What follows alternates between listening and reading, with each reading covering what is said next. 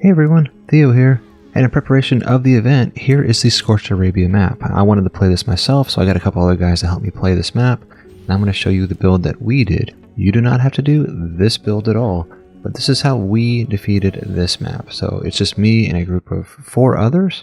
I think with 6 total players, this should be a fairly easy map for everyone to go ahead and handle. So what we're going to be doing here is there are 4 cores. And each of us are going to grab some mana, and we're going to build an aura stack at each core. We're going to build an ensnare and a strength drain aura at each core. So I'm kind of just looking around, trying to find some mana, and I'm going to go ahead and build my 2 auras right here. Then I'm going to go ahead and grab some more mana, and you can see there from the map, you know, each player is running around and building at this point. This just makes it a little bit easier, so you're going to have one person who's going to be the main builder, and then you'll have the rest of them kind of running around and building, you know, the auras that are needed. So in this group we have Cayman doing all of the building for us. So I'm just going to drop my mana for Cayman, and then I'm going to go back to the forge and swap it over to my DPS monk. Any DPS hero will be fine. Basically, you know, you're going to have your builder build, everyone else should grab a core, defend that core until the build is done. And there's not enough mana on the map to build everything before the wave starts. So I'm going to go ahead and swap over to my DPS monk, and we're just going to kind of take a look at these builds. So you can see there we do have aura stacks at each of, you know, each one of the cores. And there is a 4DU buff beam at each of the cores as well. And so for the first wave, I'll be defending this section here. And it's actually quite boring over here. Not a lot happens here once the defenses are ready to go. So the premise of this build is basically 2 auras at each core, a 4DU buff beam at each core, and there'll be 2 seed bombs at each core, and each seed bomb is going to cover a path that the mobs will come. And then after those are built, we're going to have a lightning tower at each core, and then we'll also place a golem at each core. So I'm going to go ahead and head up to these north cores just so you can see them real quick. You see we have an LT. Now the one thing to know about this is you cannot tower stack because the host is hosting the game. So there's no tower stacking at all. So we see here Cayman is building a seed bomb tower. We'll be building 2 seed bomb towers over there. And this is the longest part of the game, is just running around and getting everything built. Now, if more people want to build, it would be faster if each person just kind of built what they needed at each one of the cores, but since there's only one forge, it can get it's a long way to that forge. So you can see here there's Cayman building, and we're basically pointed in 2 different directions for our seed bombs. We're pointed you know, to the left of me and, you know, right at me, and that's going to pretty much cover everything that matters. That's going to come, the mobs are going to come from the path, you know, to the south, and there'll be a path to the east. And if you see on the map, at the north core, there are 2 seed bombs up there, each pointing at a different path. I have a link to the planner in the description of this video. So each crystal has 2 seed bombs and a lightning tower, and they will basically, you know, and each, you know, like I said, each seed bomb is pointed at one of the paths.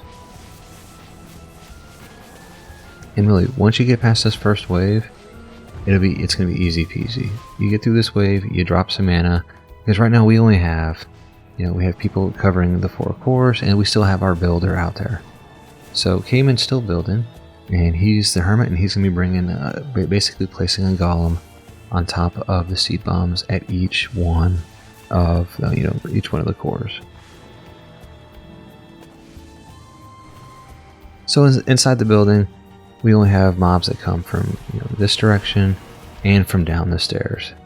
And you'll have some genies that'll spawn over to the left. But that's it. Nothing else really happens inside here. It's probably safe to, bring an upgrader in here after everything's built and just upgrade everything as fast as possible. But that's really it. That's the build. You see we have like 4 DU left. That's it. We were able to handle this map pretty easily. Now we are technically, we are definitely geared. And you can see at that northwest core, there are 2 physical beams. There you get some walls in there as well. So that's gonna be my job. I'm gonna run around. I'm gonna kill things, but at this point, the LTs, the seed bombs, the golems, they're all doing what they need to do. And so really, we're just now waiting. And since I just have a DPS monk, I don't have a mana getter, it does take me a lot longer to upgrade things because there's just not enough mobs around for me to get what I need to get. Alright, I'll be back when we get to the boss wave.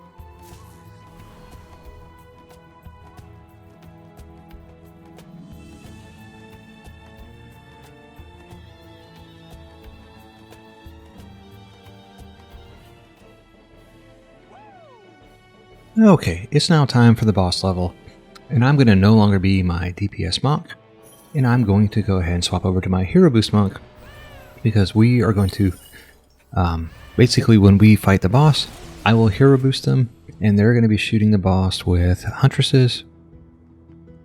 If you don't have a huntress, definitely an apprentice DPS would work well as well, but you definitely would want some long range boss killers for the boss. So we're going to have everyone get ready to go. Actually, in this video, we're not the most optimal. We end up having 2 DPS monks and 2 huntresses, but obviously you would only want one monk hero boosting, and then the rest of your heroes be apprentices or huntresses if you have those heroes. If not, just be monks. Maybe have some eye pets for some long range damage, and that would be the way I would go. Now obviously you can go a different way if you need to. There are many ways to accomplish this map, not just the way I've shown on this one. This is just the way we did it on this one. But in a perfect world, we would have one monk with some apprentices and some huntresses, and obviously there needed to be at least a cat involved. And since there's a 6-player map, you'd want at least 2 players with propeller cats to boost your damage. And so that's the route I would go for the boss wave. And when we get closer to when the boss shows up, I'll show you where we're going to go ahead and fight the boss.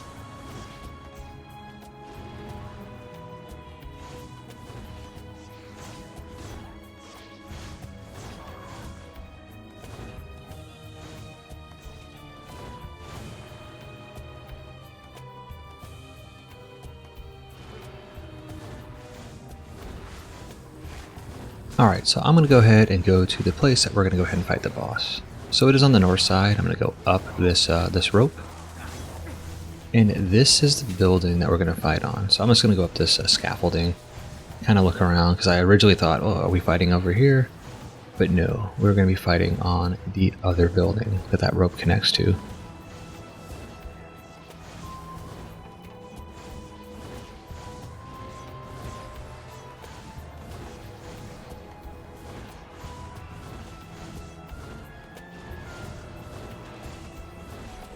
And as you can see from the overlay map, it's kind of where we're at.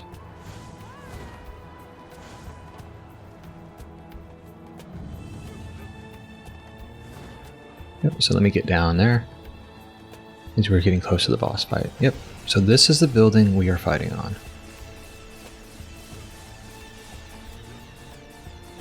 So once the boss spawns, I will turn on my hero boost, and then we have a couple huntresses that are going to do some piercing shot. As soon as Pep gets over here, Pep is very, very far away. We just got to get him over here, and we'll get this boss wave started.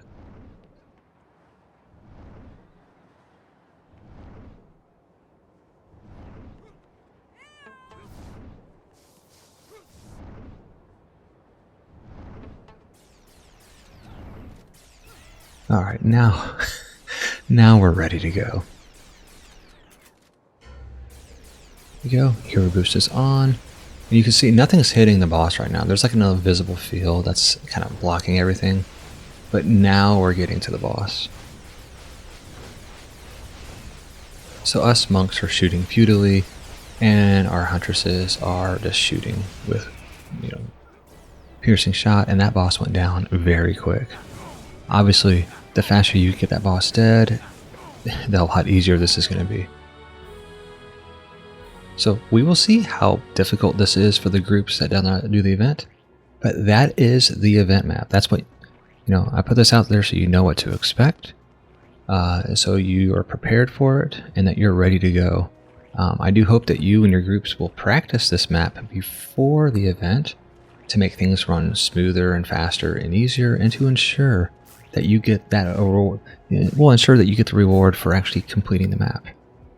You will receive an event item for participation, and you're going to receive another event item for actually completing the map.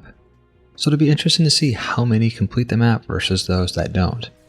So that's all I have. Thanks for watching, and see you at the event.